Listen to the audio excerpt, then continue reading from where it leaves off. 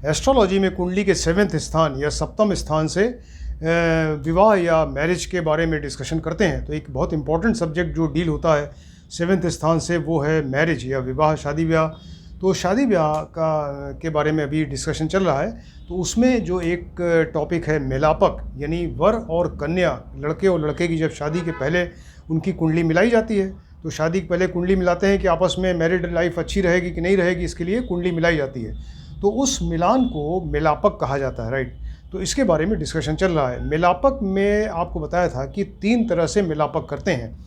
एक तो नक्षत्र मेलापक, नक्षत्र के द्वारा, दूसरा ग्रह मेलापक, ग्रहों के द्वारा, तीसरा भाव मेलापक होता है। तो नक्षत्र मेलापक, ग्रह मेलापक और भाव मेलापक 3 तरह से कुंडली मिलाई जाती है। तो नक्षत्र मेलापक फिलहाल अभी डिस्कस हो रहा है। तो नक्षत्र मेलापक को में क्या करते हैं कि वर और कन्या का उनकी प्रकृति देखते हैं, उनका नेचर कैसा है, उनका स्वभाव कैसा है, बिहेवियर कैसा है, और उनकी रुचि, इंटरेस्ट आपस में मिल रही कि नहीं मिल रही है। तो इसको देखने के लिए नक्षत्र मेलापक का यूज़ किया जाता है। तो नक्षत्र मेलापक में वर और कन्या की प्रकृति, उनका स्वभाव और उनकी रुचि यानी नेचर, बिहेवियर और इंटरेस्ट को मिलाने के लिए नक्षत्र मेलापक का यूज़ करते हैं। अब इस नक्षत्र मेलापक को प्रयोग में लाने के लिए अष्टकूट का प्रयोग करते हैं। अष्टकूट मतलब अष्ट मने 8 और कूट मने मेथड्स, क्षेत्र, एरिया। तो 8 तरह के मेथड्स यूज़ किए जाते हैं जिससे कि नक्षत्र मेलापक पूरा होता है। तो उस अष्टकूट में 1 से लेके 8 कूट होते हैं, 8 मेथड्स हैं। तो उसमें अभी तक आपको हमने 3 मेथड्स के बारे में बता दिया है। तो इसमें वर्ण, वश्य और तारा, पिछले लेक्चर में आपको बताया वर्ण, वश्य और तारा के बारे में बता चुके हैं। आज जो टॉपिक है वो ये अष्टकूट में योनि मेलापक है, राइट। योनि के थ्रू जो है वो योनि एक कूट है 4थे नंबर की। तो इसके थ्रू जो है वो वर और कन्या की कुंडली मिलाई जाती है। तो इसको योनि के बारे में आज डिस्कस करते हैं, राइट। तो ये 4थे नंबर पे है। और अगर ये दोनों वर कन्या की अगर कुंडली मिल रही है, उसमें योनियाँ मिल रही हैं, तो उसको पूरे 4 गुण मिलते हैं। मतलब टोटल 36 गुण होते हैं। 36 में से 4 पॉइंट्स उसको मिल जाएंगे अगर योनियाँ मिल रही हैं आपस में तब, राइट। तो इसमें योनि मिलाते समय कन्या और वर यानी कन्या और लड़की जो कुंडली मिलाते हैं, तो सिर्फ इसको ही नहीं, इस योनि का प्रयोग और जगह भी यूज़ हो सकता है। इसको भी बताना ज़रूरी है। जैसे मालिक और नौकर, कोई आदमी मालिक है और वो किसी नौकर को रखता है, तो मालिक और नौकर में रिलेशंस अच्छे रहेंगे कि नहीं। ऐसा तो नहीं कि नौकर जो है वो उनको कॉपरेट नहीं करेगा और धोखा दे सकता है। तो मालिक और नौकर के बीच में क्या रिलेशन रहेगा, इसके लिए भी योनि मिलाई जाती है, राइट। इसके अलावा व्यापार में आपने देखा होगा जो बड़े बड़े बिजनेसमैन होते हैं, तो वो अकेले बिजनेस नहीं करते, उसमें फिर वो साझेदार रखते हैं, यानी उनके साझेदार होते हैं। तो उन साझेदारों में आपस में पटेगी कि नहीं पटेगी, वो कैसा रिलेशन रहेगा उनमें व्यापार में, जिससे व्यापार अच्छा चले, तो इसको भी आप योनि के द्वारा देख सकते हैं। तो वर कन्या की कुंडली मिलाते समय योनि का प्रयोग करते हैं जो 4थे नंबर की है। इसके अलावा मालिक, नौकर और व्यापार में साझेदारी को भी देखा जा सकता है, राइट। अब योनि जो है ये विचार करते समय, योनि देखते समय इसको जन्म नक्षत्र से देखते हैं, राइट। जो पहला अष्टकूट आपको बताया था वर्ण, वो जन्म राशि से देखते हैं। दूसरा वश्य जन्म राशि से देखते हैं। तीसरा नंबर जो तारा है वो जन्म नक्षत्र से। चौथा नंबर योनि जो है ये जन्म नक्षत्र से देखा जाता है। जन्म नक्षत्र मतलब कि जन्म के समय चंद्रमा कुंडली में जिस राशि में बैठा हुआ है, कहीं ना कहीं बैठा हुआ किसी राशि में, तो चंद्रमा जिस राशि में बैठा है और जो जिस नक्षत्र में बैठा है, उस राशि के जिस नक्षत्र में है, उसको जन्म नक्षत्र कहा जाता है, राइट। तो जन्म के समय चंद्रमा जिस नक्षत्र में बैठे हैं तो वो जन्म नक्षत्र कहलाता है। तो ये योनि जो है इसको देखते हैं जन्म नक्षत्र के द्वारा। और टोटल नक्षत्र अभी तक आपको बताया 27 नक्षत्र होते हैं, 1 से लेकर 27 नक्षत्र होते हैं। लेकिन एक 28वां नक्षत्र भी होता है जिसको अभिजित नक्षत्र कहा जाता है। तो ये जो 20 नंबर वाला नक्षत्र है, जो उत्तराषाढ़ा नक्षत्र है, उत्तराषाढ़ा के चतुर्थ चरण, एक नक्षत्र में 4 चरण होते हैं, तो उत्तराषाढ़ा जो 20 नंबर का नक्षत्र है उसके 4th चरण को अभिजित नक्षत्र कहा जाता है, राइट।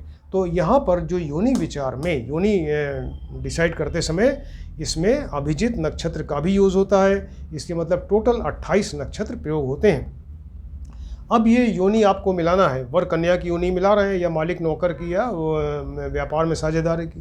तो फिलहाल वर कन्या की मान लीजिए योनि मिलाई जा रही है। तो ये 14 तरह की योनियाँ बताई गई हैं, हमारे ऋषियों ने 14 तरह की योनियाँ बताई हैं कि जो उनको आपस में मिलाते हैं। तो अब ये योनियाँ जो हैं देखिए, घोड़ा, हाथी, मेढ़ा, सांप, कुत्ता, बिल्ली, चूहा, 7 ये हुए। इसके अलावा ये है देखिए, गाय, भैंस, चीता, हिरन, वानर, न्योला और शेर। इस तरह की 14 योनियाँ हैं और हर एक योनि जो है वो 2-2 जन्म नक्षत्र को रिप्रेजेंट करती है। यानी वर या कन्या में जो उसका नक्षत्र है, जन्म नक्षत्र है, उससे डिसाइड होगा कि उसकी कौन सी योनि है। तो अब देखिए, जो घोड़ा योनि है तो इसके लिए जन्म नक्षत्र होता है अश्विनी या शतभिषा।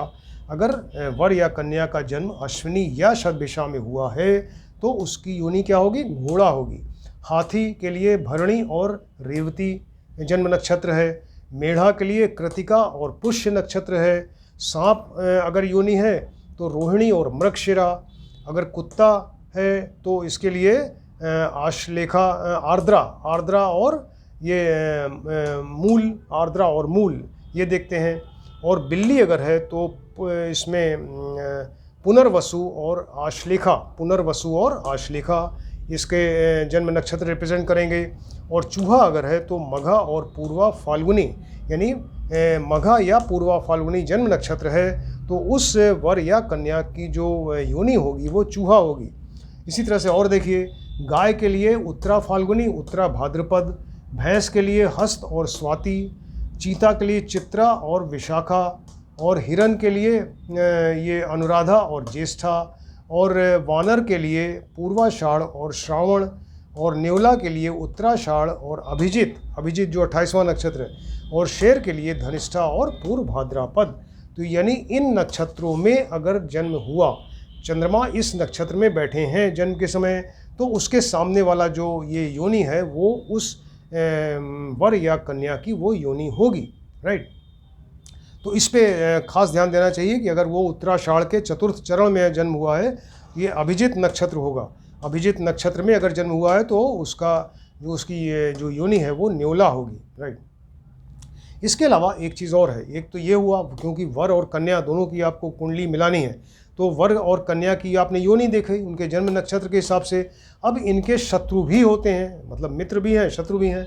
तो घोड़ा जो योनि है उसका शत्रु है भैंस, राइट। यानी अगर वर या कन्या में से किसी एक की योनि घोड़ा है, दूसरे की भैंस है, तो आपस में शत्रु हो गए, फिर नहीं पटेगी।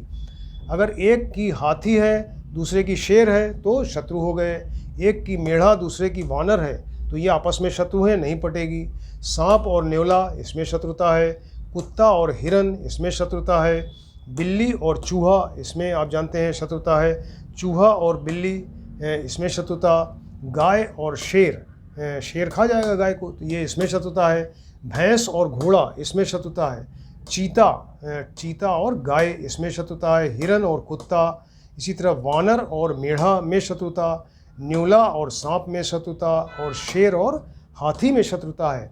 यानी ये वर या कन्या में से किसी एक की योनि अगर गाय है और दूसरे की शेर है तो आपस में नहीं पटेगी, क्योंकि आपस में शत्रु हो गए। इस तरीके से इसको देखते हैं। तो दोनों की वर और कन्या की योनि देखिए उनके जन्म नक्षत्र के हिसाब से। इसके अलावा फिर देखिए कि वो जो उसका अपोनेंट है, यानी वर का आपने देखा, कन्या का देखा, अब उसमें अगर मित्रता है या दोनों सेम है तो बहुत बढ़िया। अगर वो दोनों शत्रु हैं आपस में तो फिर वो ऐसा विवाह एडवाइजेबल नहीं होगा और उसमें उनकी नहीं पटेगी।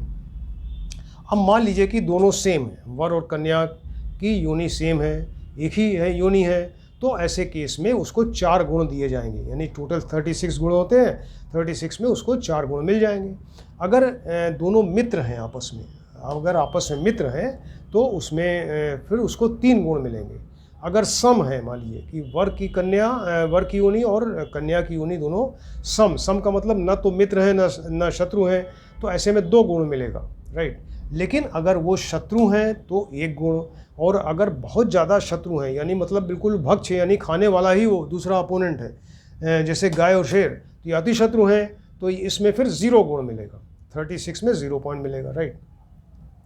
अब इस तरह से ये आप मिलाते हैं इसको, ये यूनियाँ वर और कन्या की या मालिक नौकर की आपको बताया, या व्यापार में साझेदारी जो होती है, साझेदार की कुंडली मिलाते हैं और उसको देखते हैं। तो इसमें फिर वो अगर वो ये मिल रही है, अगर दोनों समान हैं, यानी वर और कन्या, मालिक नौकर या व्यापार में साझेदार, तो उनके अगर वो कुंडली में ये उनकी योनियाँ समान हैं, सेम है, या अगर मित्रवत हैं तो उनमें आपस की में उनकी मेंटेलिटी आपस में मिलती रहेगी, उनका नेचर मिलेगा, उनका बिहेवियर मिलेगा, उनका इंटरेस्ट आपस में मिलता रहेगा और उनके संबंध बहुत अच्छे रहेंगे और उसमें वो फ्रूटफुल होगा, यानी संबंध बहुत बढ़िया रहेंगे, मैरिड लाइफ बहुत बढ़िया रहेगी। लेकिन अगर वो शत्रु हो गए, एक की कोई योनि है, दूसरा उसका शत्रु योनि वाला है, तो फिर आपस में नहीं पटेगी, उसमें मैरिड लाइफ अच्छी नहीं रहेगी, कष्ट होगा, कलह होगा, ये सब प्रॉब्लम होगी। अब मान लीजिए कि किसी का योनि नहीं मिल रही है, अगर योनि नहीं मिल रही, शत्रु हैं, तो उसके लिए क्या परिहार है? परिहार कहते हैं सल्यूशन को, क्या परिहार है? ऐसे केस में फिर जन्म राशिश देखिए, यानी जो जिस राशि में व्यक्ति का जन्म हुआ है, वर या कन्या का, तो उनके लॉर्ड्स देखिए, जन्म राशिश, तो जन्म राशि का लॉर्ड, तो जिस राशि में चंद्रमा बैठा है तो जन्म राशि हो गई जिस राशि में, और उसका लॉर्ड जो है चंद्र राशिश हो गया। तो जन्म राशिश देखिए दोनों का, अगर वो सेम हो या आपस में मित्र हो, तो इस दोष का परिहार मान लिया जाता है। इसमें फिर ये कहा जाता है कि इस दोष का निवारण हो गया, इसका परिहार या सल्यूशन निकल आया, राइट। अदरवाइज़ फिर वो आपस में अगर वो भी नहीं मिल रहे हैं तो फिर वो शत्रु रहेंगे, ऐसी शादी फिर वो एडवाइजेबल नहीं होती, उसमें आपस में पटेगी ही नहीं। तो ये कितना इंटरेस्टिंग सब्जेक्ट है, इसको हमारे ऋषियों ने देखिए 14 योनियाँ वो किस किस जन्म नक्षत्र से रिप्रेजेंट होती हैं, दो नक्षत्र से, हर एक दो नक्षत्र एक योनि को रिप्रेजेंट कर रहा है। इसके अलावा फिर उस योनि का शत्रु कौन है, शत्रु योनि वाली, इसको भी देखना ज़रूरी है। तो ये इससे आपको पता चल जाएगा कि वो वर और कन्या का आपस में मैरिड लाइफ अच्छी रहेगी कि नहीं रहेगी, या मालिक नौकर या व्यापार में साझेदार जो हैं उनमें आपस में पटेगी कि नहीं पटेगी, ये सब कुछ आप बता सकते हैं इसमें। तो बहुत ही इंटरेस्टिंग और बहुत बढ़िया सब्जेक्ट है, इसको आप देखिए और स्टडी करिए। Thank you.